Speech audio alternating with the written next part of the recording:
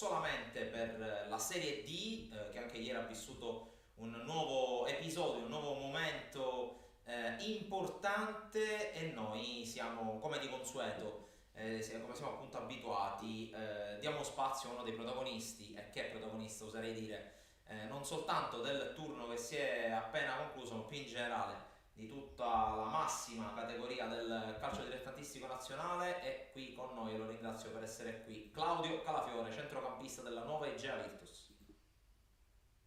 Buonasera a tutti, ciao Ciccio, grazie per l'invito e un saluto a tutti i tuoi ospiti e diciamo nostri addetti ai lavori. Assolutamente dici bene Claudio. Naturalmente è un grande piacere, ringraziamo la società Igea Virtus che ci ha dato la possibilità di avere qui con noi Claudio per questo appuntamento, che l'appuntamento che anticipa non tanto, non soltanto la settimana di Pasqua, ma anticipa anche quella che sarà una settimana atipica per la Serie D, possiamo dire in questo modo, perché la Serie D tornerà in campo eccezionalmente di giovedì per disputare un turno infrasettimanale appunto molto speciale, perché siamo ormai prossimi al weekend di Pasqua e quindi per non fermare, per non arrestare il campionato di Serie D per 2 settimane, come tra l'altro sta succedendo anche in eccellenza siciliana, e allora si gioca di giovedì per poi tornare in campo tra diciamo 10 giorni dopo. Allora, prima di far entrare in clima puntata, in clima trasmissione Claudio Calafrone, andiamo a vedere quelli che sono stati i risultati dell'ultimo turno di campionato, il turno numero 31. Li vediamo anche a schermo, con Cireale Sambiase 2-1, Città di Sant'Agata Pompei 1-1, Enna Vibonese 1-3, Ragusa Locri 2-1, Regina Nissa 3-1, stesso risultato per Scafatese Castrum Favara, Licata Paternò 2-3 e Dulcis in Fundo, almeno per quel che riguarda il nostro ospite, la vittoria per 2-0 dell'Igea Virtus contro la San Cataldese. Risultati che hanno portato alla seguente situazione in classifica, perché troviamo il Siracusa che mantiene il primato con 69 punti, ma in virtù del turno di sosta forzata perde un punto di vantaggio, perde 3 punti di vantaggio, scusate, contro la Regina, appunto ce n'è uno solo, quota 68 adesso gli Amaranto. Poi c'è un bel solco prima di arrivare alla Scafatese con 56, poi Sambiase 50, Vibonese 49, Nissa 43, Paternò 42, Ligia Virtus di Claudio Calafiore in ottava posizione a 37 punti, poi Pompei 35, Ragusa 34, Acireale 32, San Cataldese 31, Castrum Favara 29, Enna 28, Licata 25, Città di Sant'Agata 24 punti, chiude il Locri a quota 22.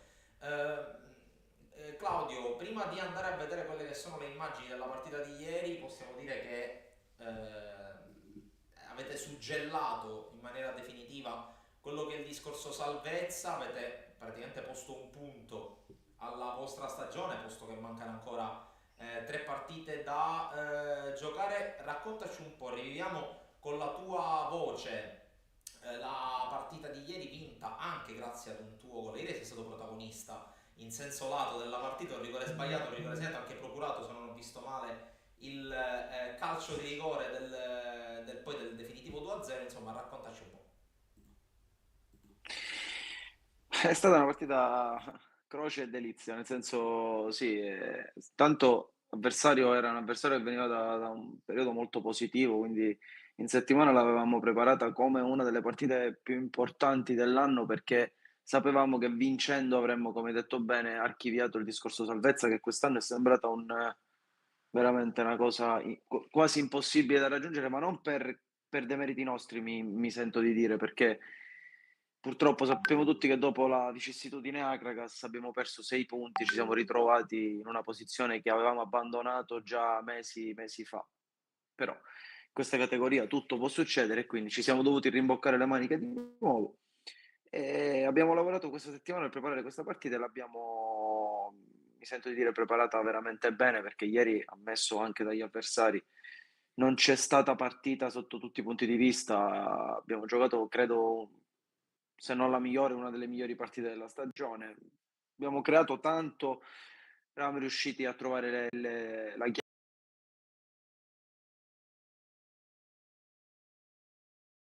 che io e Tanino Dolenti siamo amici, io l'ho passata.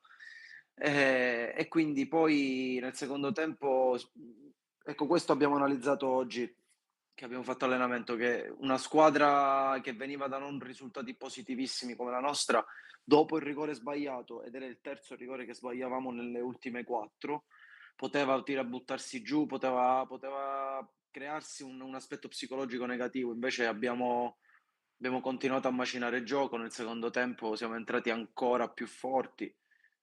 Sì, come ricordavi tu, ho procurato il secondo rigore, ho avuto, diciamo, il coraggio di batterlo nuovamente. Stavolta è andata bene, poi una volta sbloccata è andata più liscia. Ecco, allora Claudio, andiamo così, facciamo così, andiamo a vedere le immagini realizzate dalla 3M TV della vostra partita del 2-0 con cui avete liquidato la San Cataldese. Fatto bene anche a nominare Tano Dolenti, che è uno dei capisaldi un po' di questa San Cataldese, che ancora, considerando anche il risultato che ha perso ieri allo stadio dal Contes Barone, deve ancora completare la pratica salvezza. Vediamo le immagini e poi torniamo a parlarne insieme.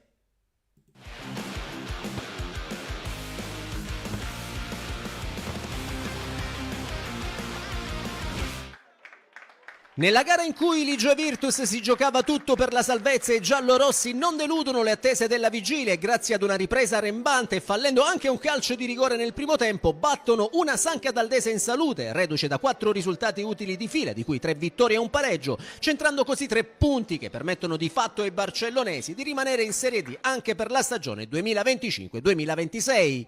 La squadra del Longano vuole la vittoria che cerca sin dalle battute iniziali del match, provandoci prima con la punizione di Caruso sulla quale Dolenti risponde presente e poi con il cross in mezzo di Calafiore allontanato dalla difesa avversaria. Ospiti che tentano la risposta e al 17esimo un insidioso traversone dalla sinistra di Montaperto viene smanacciato da Costantini, ma al minuto 24 Ligia Virtus la potrebbe sbloccare su calcio di rigore concesso dal signor Moncalvo su Trombino. Dal dischetto però Calafiore si fa ipnotizzare da un super Dolenti. Nonostante l'errore dal dischetto, Ligia non si perde d'animo e al 31esimo solo il decisivo salvataggio sulla linea di porta di Cappello nega alla girata acrobatica di Della Guardia la gioia del gol. Vantaggio che Ligia Virtus trova però nella ripresa quando al minuto 52 il fischietto di Torino assegna ai locali il secondo penalty di giornata su Calafiore e con quest'ultimo che dal dischetto questa volta spiazza Dolenti facendo esplodere di gioia i tifosi giallorossi. Per l'esperto centrocampista di casa che riscatta così il tiro dagli 11 metri fallito nella prima frazione, si tratta della settima rete in campionato, la seconda consecutiva.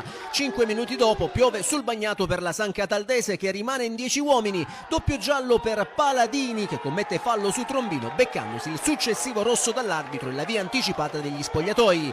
Ligea tenta di approfittarne ma Trombino di testa al 66esimo sull'ottimo lavoro di Pipitone prima e sempre Trombino 2 minuti dopo, lanciato in contropiede da Pipitone, viene fermato dagli interventi decisivi di Dolenti. Poi al minuto 73 il direttore di gara ristabilisce la parità numerica in campo mostrando il rosso diretto al difensore igeano maltese per fallo su Bonilla lanciato sulla corsia di sinistra. La San Cataldese a questo punto ci crede per 2 volte, conclude verso la porta barcellonese trovando però un attento Costantini che non si fa sorprendere. Poi al minuto 78 il tecnico di casa Panarelli getta nella mischia Curò al posto di Di Palma e il neoentrato impiega 1 minuto per diventare protagonista del match quando approfitta di un errato disimpegno avversario e dopo aver scartato anche Dolenti in uscita mette in rete facendo così Igia Virtus 2 San Cataldese 0 e per Currò che non segnava dallo scorso 19 gennaio si tratta del quinto centro in campionato. Nell'occasione si fa male il portiere ospite Dolenti che deve essere sostituito dal suo secondo Lacagnina. Nel finale barcellonesi ancora in avanti ma le conclusioni di Ferigno al minuto 86 e di Currò 1 minuto più tardi non sortiscono l'effetto sperato. Il 2-0 finale consegna dunque a Ligia Virtus la 10ª vittoria, 7ª casalinga del campionato e il punto numero 37 che proietta i giallorossi all'8° posto in classifica, quota 37 punti e a più 8 sulla zona play-out, mentre la San Cataldese scivola al 12° posto e rimane a quota 31 con 2 sole lunghezze di vantaggio sulla bagarre play-out.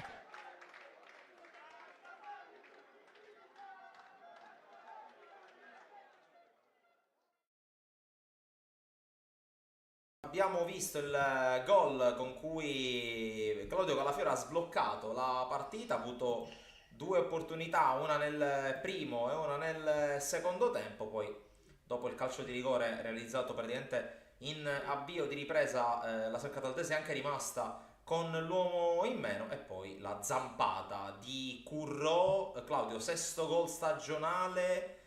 Ormai piace a tutti i calciatori, anche agli amanti delle statistiche, fare questo mix gol più assist. Sei entrato in doppia cifra, mi dicevi a microfono spento, 6 gol e 4 assist, quindi doppia cifra in totale sui contributi al gol per l'Igea che si è rialzata anche molto bene, soprattutto in questa fase della stagione. Sì, come dicevo prima, avevamo cominciato veramente bene il girone di ritorno. Poi, ti ripeto, forse quell'esclusione, quella penalizzazione, chiamiamola così, psicologicamente qualcosina ci ha tolto e abbiamo accusato il colpo, non è vergogna dirlo, perché siamo una squadra alla fine fatta sì di gente d'esperienza, però c'è anche gente molto giovane. Quindi siamo andati a incappare un po' in risultati meno positivi, come la sconfitta in casa col Paternò, come la sconfitta in casa col Pompei, che possiamo dire sì, non meritate, però poi a fin dei conti abbiamo raccolto 0 punti e quindi, come ti dicevo prima, ci siamo ritrovati a dover lottare per non farci risucchiare da quel vortice chiamato play-out, che quest'anno sta riservando veramente una lotta come non ricordo io negli ultimi anni, sicuramente no, perché ci sono squadre tutte attrezzatissime, squadre che non mollano mai, e quindi quest'anno sarà dura. Sì, lotta nei play-out, assolutamente, come hai detto giustamente tu, ma lotta naturalmente anche per il vertice. Ieri abbiamo visto il riposo del Siracusa, che da calendario avrebbe dovuto affrontare l'Acragas, ma considerando la triste e ai noi arcinota situazione della formazione della città dei templi, si è fermato il Siracusa per una domenica, è rimasto spettatore, ha sicuramente indossato la sciarpetta della biancoscudata della Nissa, però non è andata come ci si augurava dalle parti di Aretusa, è finita 3-1 per gli Amaranto, che dunque si sono portati ad un punto. Adesso ci sono soltanto 3 partite da giocare. Claudio, ti faccio un po' a rischio anche di farti litigare con qualche amico, perché tra altre cose da una parte ci sono sicuramente tanti giocatori con cui hai giocato e con cui hai anche condiviso lo spogliatoio, dall'altra parte c'è in particolare Devis Curiale, che è anche il tuo capitano alla Sicilia FA, poi ne parleremo naturalmente. Dici un po', faccio un po' le carte, almeno dal tuo punto di vista, di quelli che sono gli ultimi 270 minuti in questo bellissimo duello tra Siracusa e Reggina. Una bella lotta fatta da due squadroni che non hanno bisogno di presentazioni né l'una né l'altra, perché entrambe le squadre hanno gente fuori categoria, gente che in questa categoria ci sta soltanto per stravincere il campionato. Hanno avuto secondo me la sfortuna di ritrovarsi entrambe nello stesso girone, ahimè non si può fare altrimenti data la zona geografica, e quindi sarà una bella lotta nelle ultime 3 partite, perché adesso la Regina è riuscita a mettere quel pepe in più, perché le ultime 3 giornate stare a -1 sicuramente metterà un po' di pressione al Siracusa, che sappiamo verrà l'ultima giornata da noi, quindi se la giocheranno fino all'ultimo secondo davvero.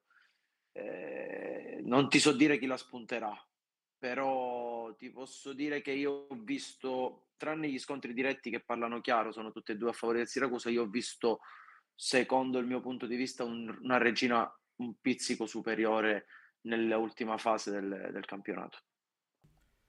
E allora, dopo queste carte, questo riassunto fatto da Claudio Calafiore, andiamo a vedere com'è andata ieri tra Reggina e Nissa, con la squadra di Mister Trocini che ha vinto sul proprio campo per 3-1, e 1 è proprio il punto che distanzia gli Amaranto calabresi dal Siracusa di Marco Turati. Vediamo le immagini targate Wii Sport e poi torniamo a commentarle insieme.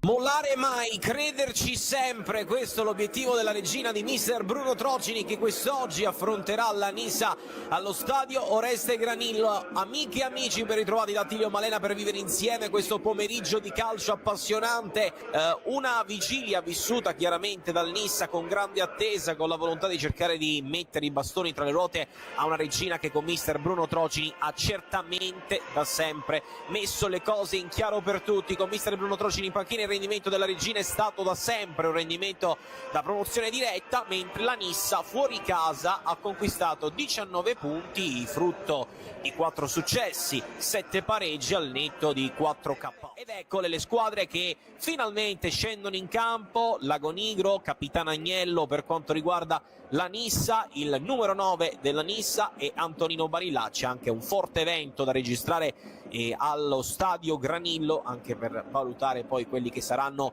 i vari impatti del match. Il cenno d'intesa tra Barilla e Capitano Agnello per la scelta di chi dovrà iniziare le sorti del gioco, a cucire un match che si prospetta davvero spettacolare.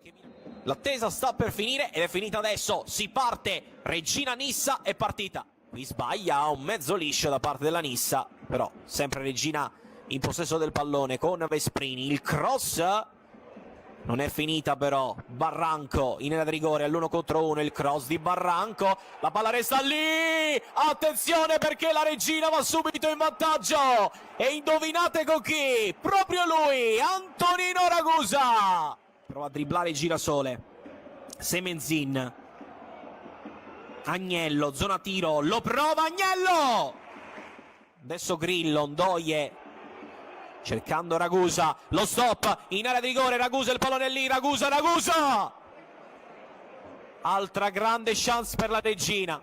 Finisce qui allo stadio Granillo, termina qui il primo tempo, si va a riposo con la regina in vantaggio.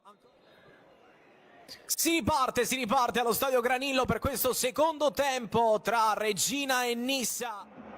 Laribi sventaglia dall'altra parte alla solita maniera per Ragusa, controllo non perfetto però riesce a rimanere in possesso di palla.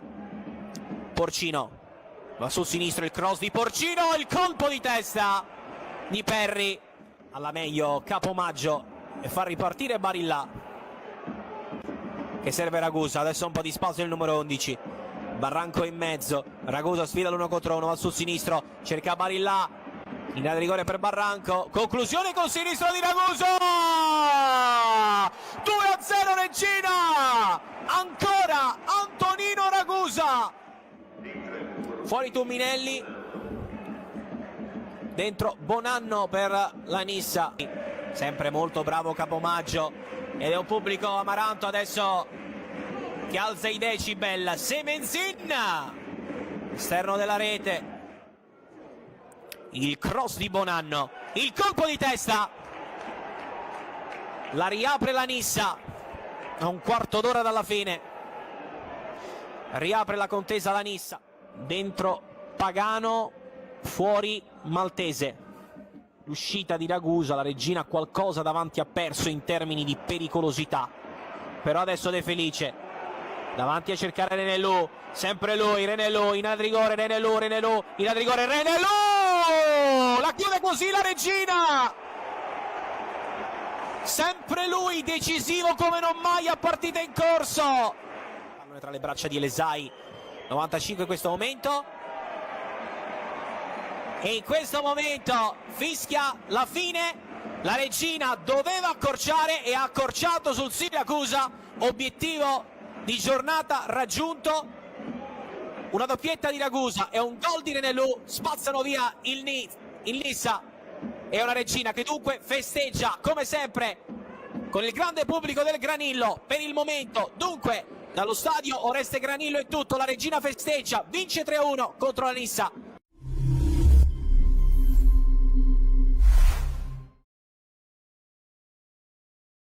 Aver visto le immagini della vittoria della regina sulla Nissa, chiedo scusa, una Nissa che si è ripresa comunque dopo l'inizio di stagione, una squadra che ha anche avuto la possibilità di attentare alla zona playoff, Però con Claudio Calafiore che è collegato con noi riprendiamo anche un tema che lui stesso aveva preso ad un certo punto della chiacchierata pre-highlights di Regina Nice, ovvero sia il tema relativo appunto alla zona salvezza, perché alla zona playout soprattutto, perché ricordiamo che inevitabilmente l'esclusione dell'Akragas ha cambiato le carte in tavola, soprattutto in tema di punti tolti alle squadre, e quindi una classifica che è stata quasi rivoluzionata soprattutto nei piani medio-bassi della classifica. Al momento il prezzo più caro sembra averlo pagato il Castrum Favara, che ha perso 6 punti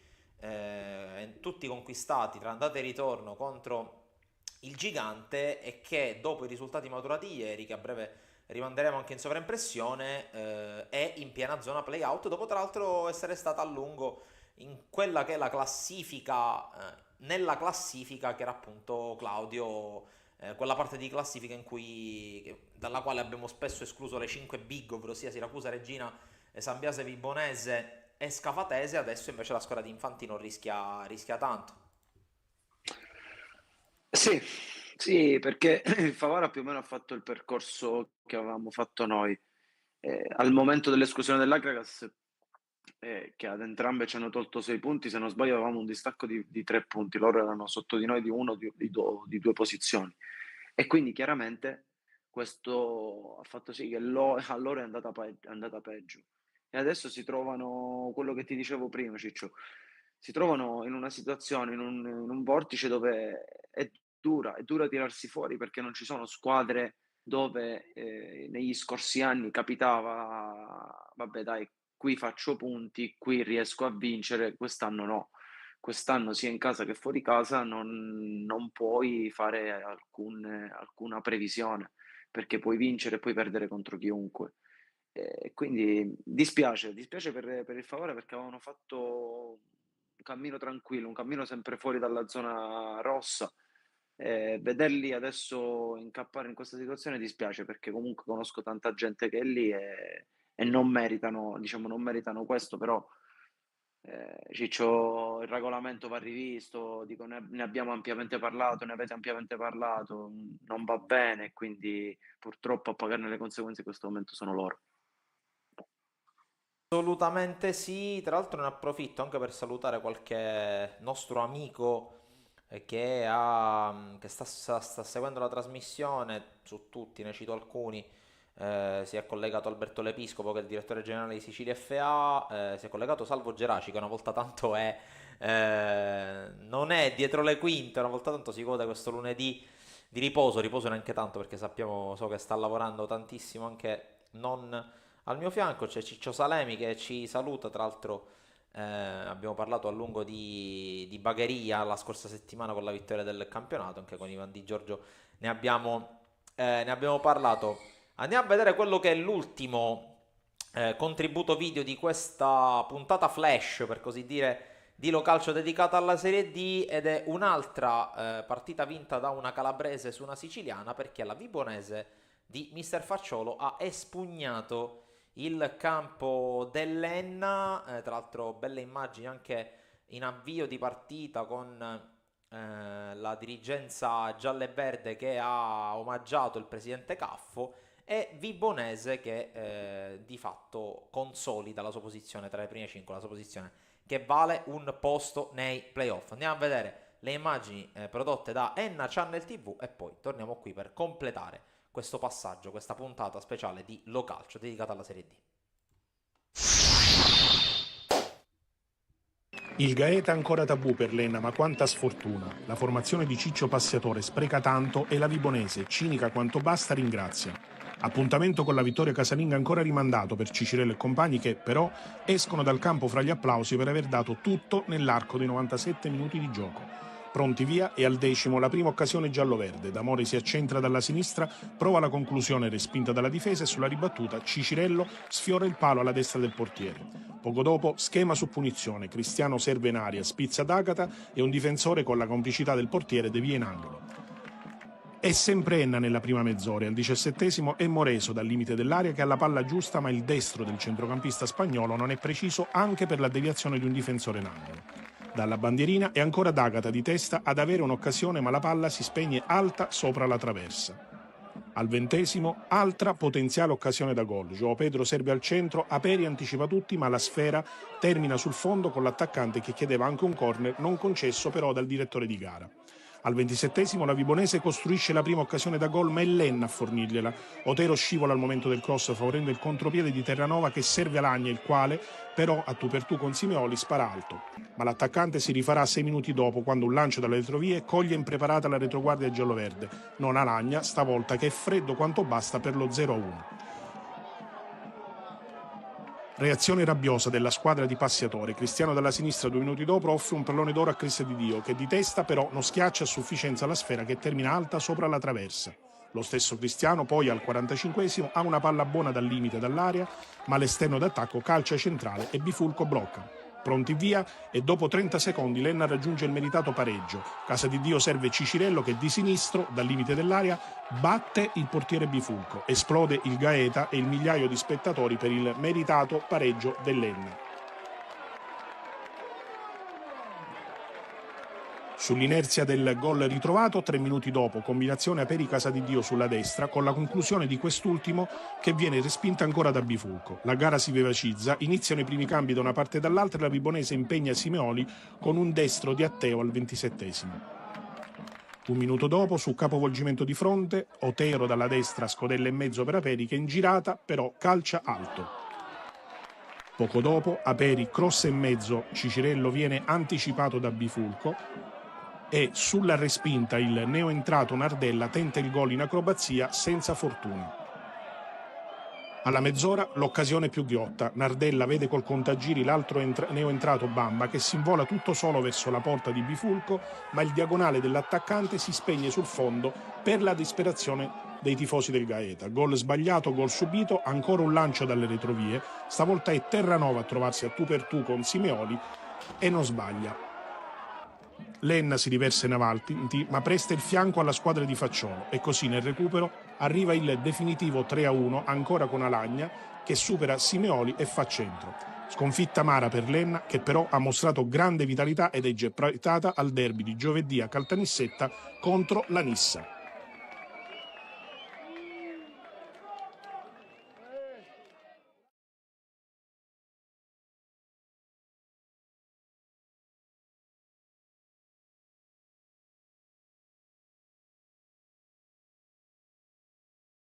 Targato Lo Calcio, questa puntata di metà aprile, puntata pre-pasquale in cui ci avviciniamo tra l'altro agli ultimi 3 turni del campionato di Serie D, però visto che siamo ormai prossimi ad aver esaurito i temi relativi alla Serie D, mentre appunto mostriamo la classifica sullo sfondo andiamo a vedere quelle che saranno le gare in programma. Ricordo giovedì tutti in campo alle 15.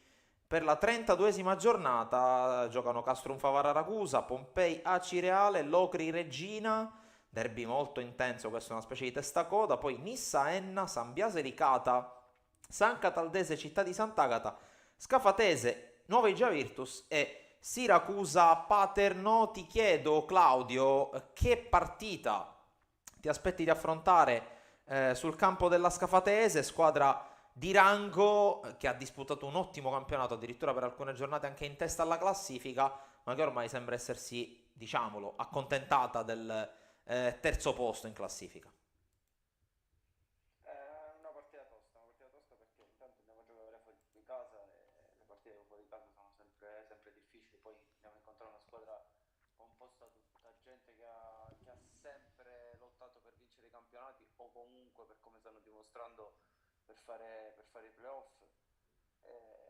Andiamo tranquilli con la consapevolezza che abbiamo raggiunto il nostro obiettivo, perché adesso nelle ultime 3 partite dobbiamo dare una mano ai nostri attaccanti a fare gol, dobbiamo aiutare i nostri portieri a mantenere la porta inviolata, perché tutti dobbiamo ritagliarci un qualcosa di positivo per sfruttarlo per il prossimo anno, quindi ci teniamo a concludere in bellezza e questo faremo, andremo a Scafati ripeto, con la consapevolezza di essere una squadra che sul campo in questo momento ha fatto 43 punti.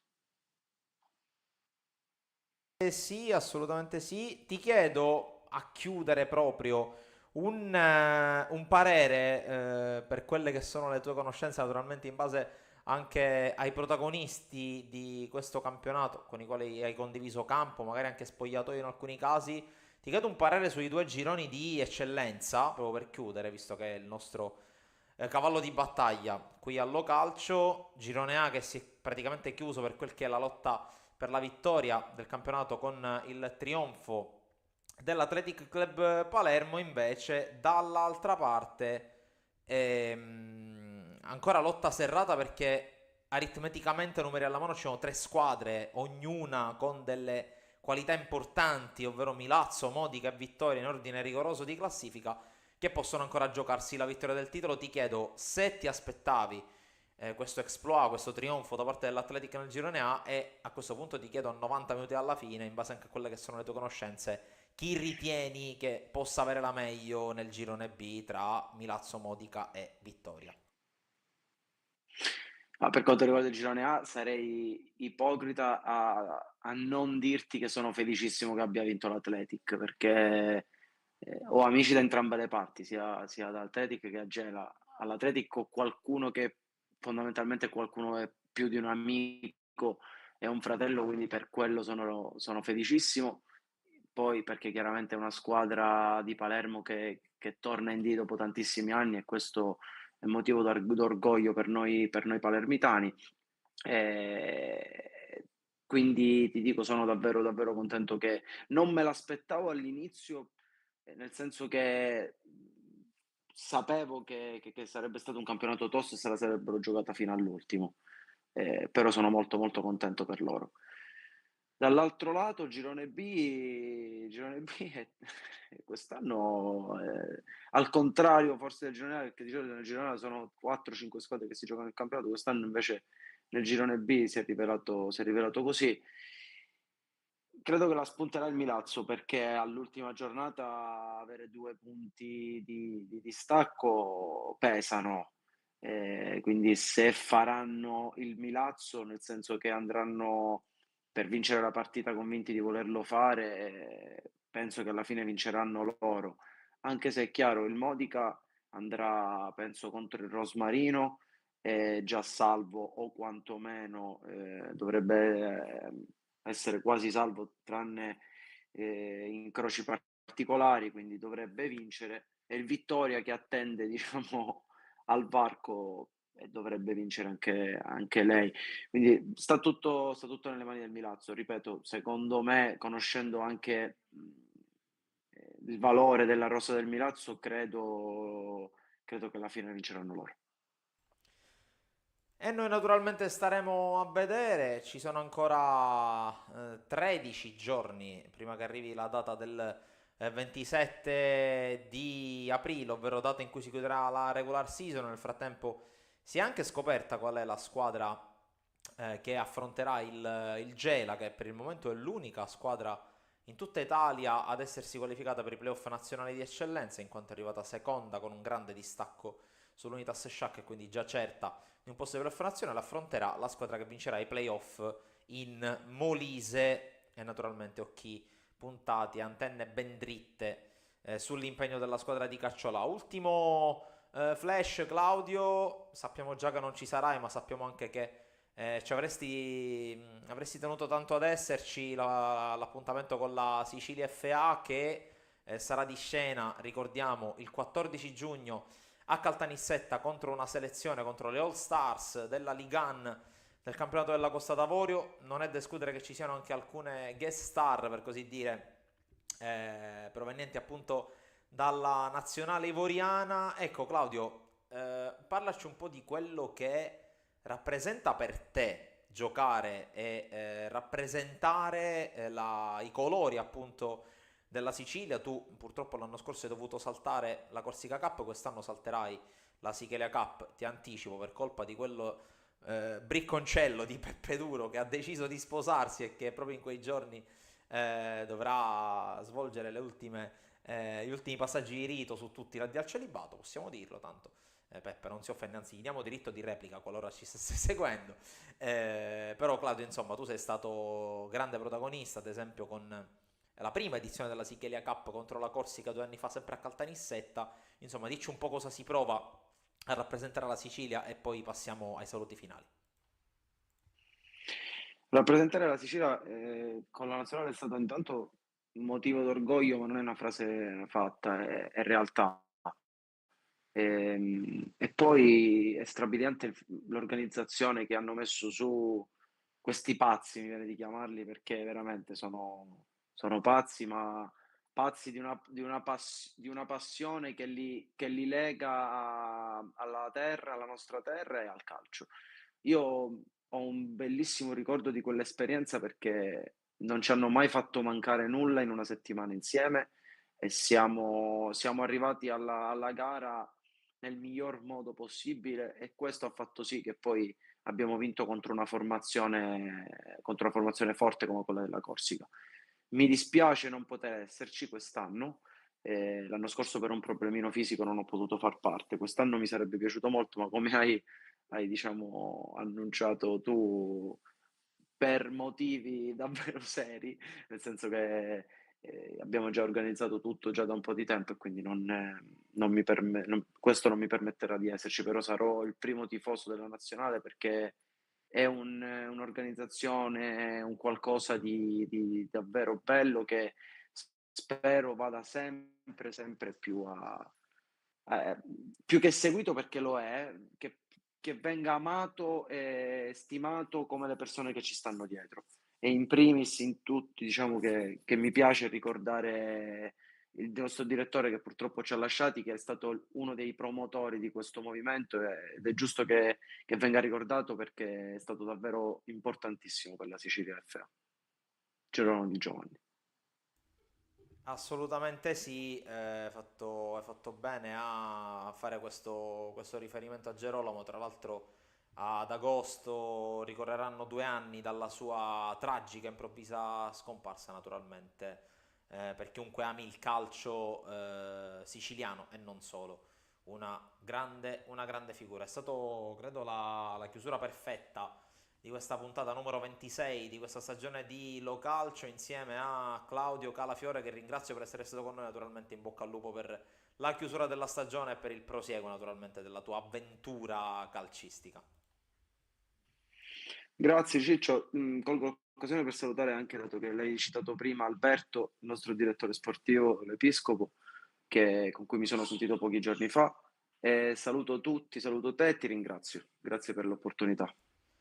E io, nel rinnovare il ringraziamento naturalmente a Claudio Calafiore, l'appuntamento non per lunedì prossimo perché è Pasquetta, il 21 di aprile, ma tra 2 lunedì, il 28 aprile, con non sappiamo se è l'ultima puntata o comunque una delle ultime della stagione di Lo Calcio. Domani in live, sempre sul canale YouTube di Sportisity TV, torna Futsal Zone e torna con un ospite speciale, ve lo preannuncio. Si tratta di Anthony Isgro, che purtroppo non scenderà in campo con la nazionale per un infortunio patito proprio nei giorni scorsi mentre si allenava con gli azzurri, però ci ha garantito la sua presenza e noi naturalmente, io in primis, sarò ben lieto di averlo in mia compagnia. Grazie per averci seguito, appuntamento alla prossima.